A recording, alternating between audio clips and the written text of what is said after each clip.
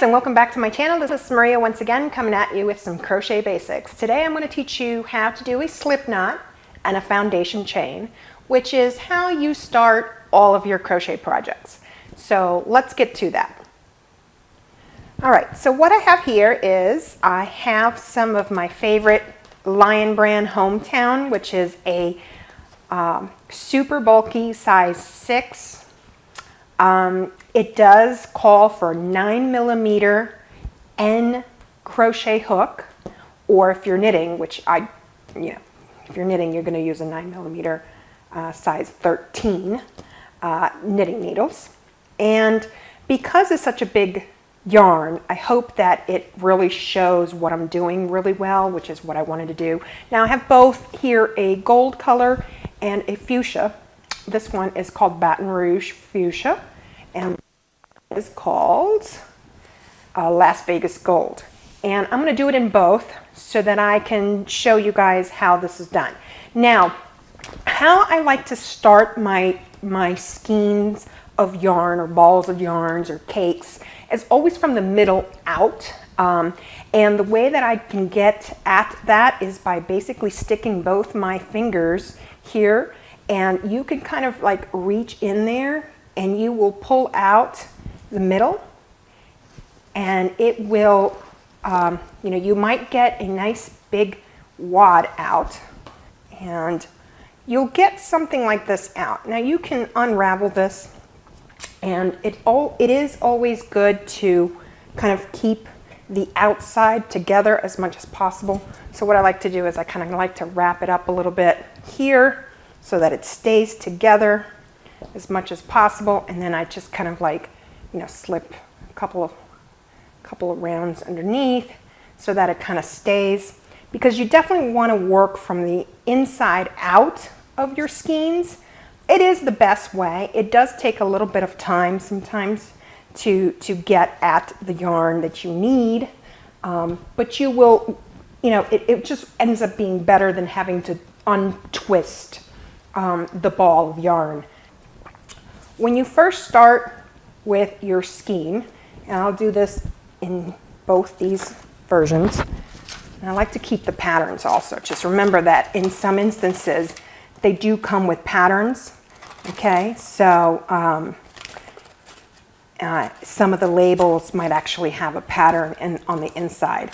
Not all of them do, but some of them do, or they'll have a link to the pattern where you can get that pattern. So what I like to do is I like to lay my yarn out. Just pull this way. I like to lay my yarn out flat. Now, the trailing end is the one that basically leads back to your ball of yarn, your skein, right? And the tail is what leads to the cut part of your yarn, right? So you want to be able to, the way that you want to lay this out is you want to make sure that the trailing end is facing your dominant hand. So I'm right-handed, so it's going to go on my right hand, okay? And you're going to make sure that it's facing your dominant hand, your tail's facing your dormant hand. And what you're going to do to make a slip knot is basically you're going to do kind of like bring a loop around here, okay? And then you're going to take your trailing end, okay, and you're going to thread it through that circle, that loop that you just made. This creates a slip knot, okay? And that is the easiest way to do it, okay? So I will do that again, and I'm going to do it with the darker color here.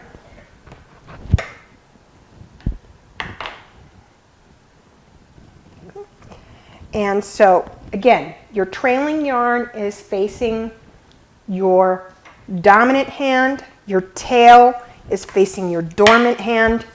You're going to take your dominant hand, make a loop around so that it goes over that tail, and then you're going to take the trailing end of your dominant hand, and you're going to loop it underneath the loop you just made, and then you're going to pull through, and that creates a slip knot.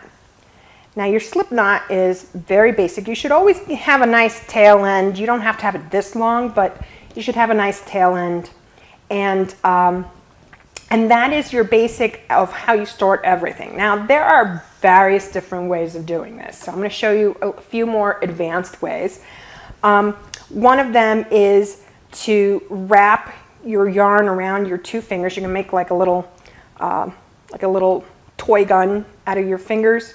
And you're going to wrap that yarn around this way, like this.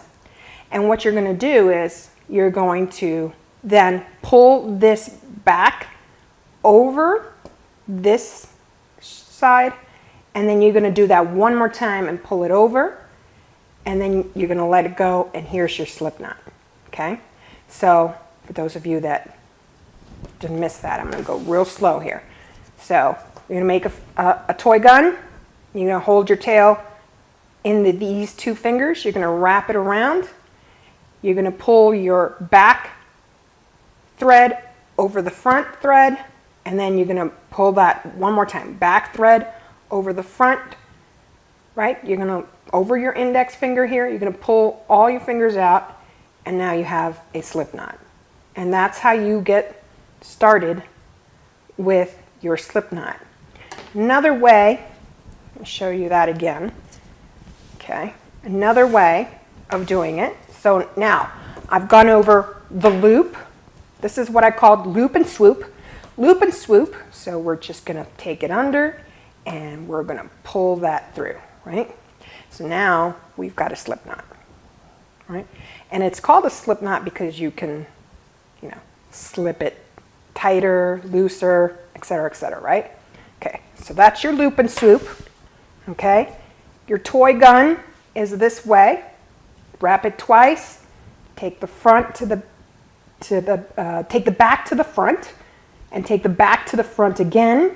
Slip your fingers out of it, and you have a slip knot. Okay. So that's your toy gun, right? Now, the one that I like to do is called the crisscross, and the crisscross is basically, it's sort of like the toy gun a little bit.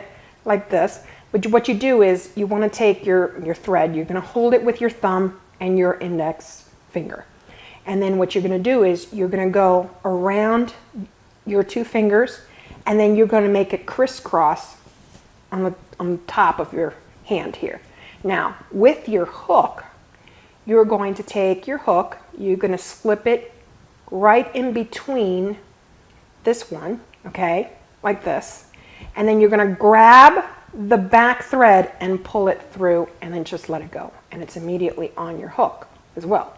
So the crisscross method, let me do that one more time.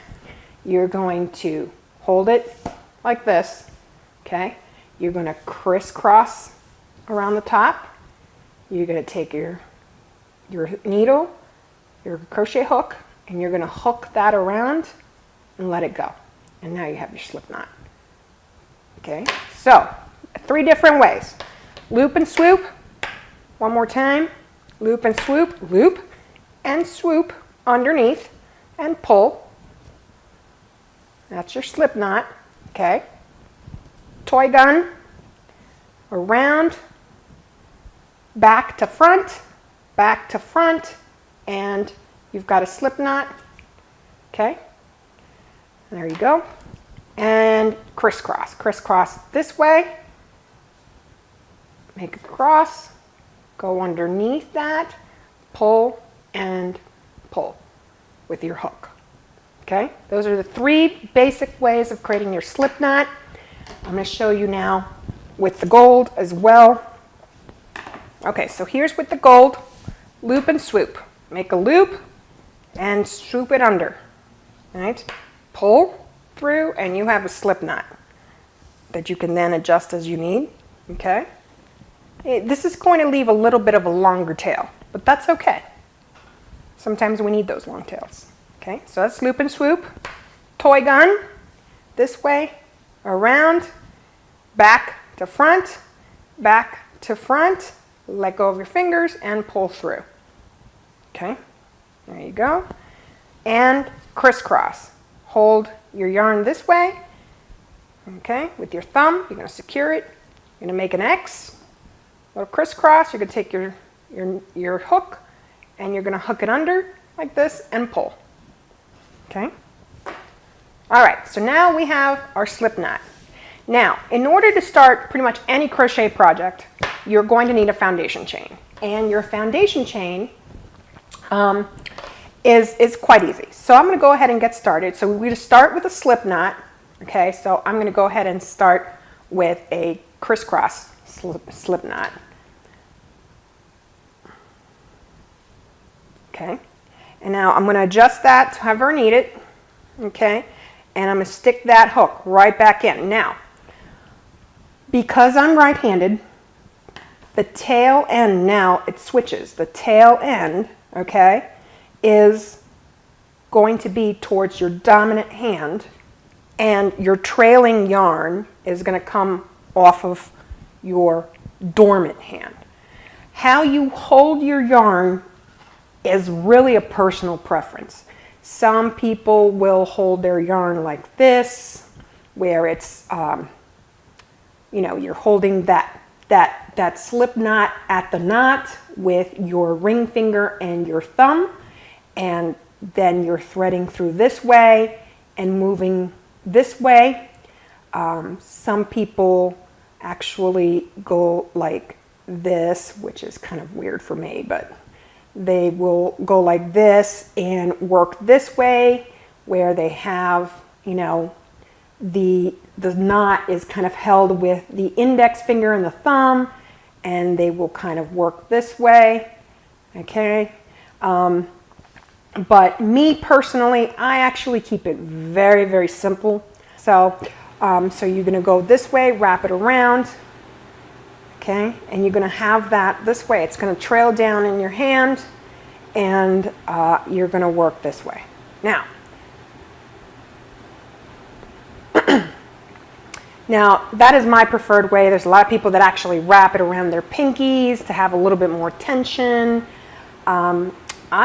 I don't need all that, so I try to keep it pretty simple. So whichever way of holding the yarn that is most comfortable for you is the correct way. Okay, so you have to try several different ways out. Now, to hold your hook, there are a couple things. Some people like to hold their hooks kind of like a butter knife. So, you know, if you have a butter knife and you're going like this, right? So you hold it like a butter knife. And most hooks are kind of designed, specifically the ergonomic ones, are kind of designed for that. They've got this thumb grip right here. You know, you're kind of, you know, you're working it this way. And then some people like to hold it like a pencil. So I hold a pencil like this, or actually I hold a pencil like this with two fingers here, right? And some people will hold their crochet hook, here's your thumb grip again, like a pencil. They will hold it like a pencil, like this, and they will crochet that way. When my grandmother taught me, that is how she taught me. She taught me like this, okay? And you're basically, the motion is mostly in your dormant hand in this method, whereas if you do it like a butter knife, the motion is mostly in your dominant hand, and this hand stays quite, quite still. Not overly still, but it stays quite still. The motion is mostly on this side, whereas if it's this way, it's mostly on this side, right? And again, holding your hook is a personal preference, right? So whichever way works best for you is the correct way, okay? So let's get started with that. So here I have my slip knot. Oops, I undid it by accident. I have a slip knot. And now I'm going to take this here, I'm going to wrap it this way, actually this way, so it goes over. So it's on my palm of my hand, wraps around my index finger, and then I hold that knot with my middle and my thumb, okay, right here. And I hold it like a butter knife, pretty much.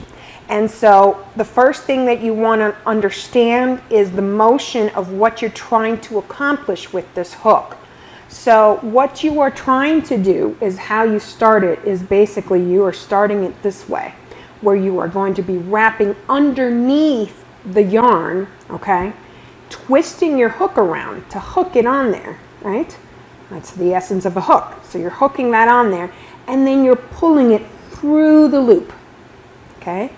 And you're pulling it through the hoop, and you're pulling it through the hoop. And what you want to aim for is to have your loops look pretty symmetrical. They should be about the same size, and that's kind of what you're aiming for. And when you first learn how to do this, don't get discouraged if it doesn't look, even.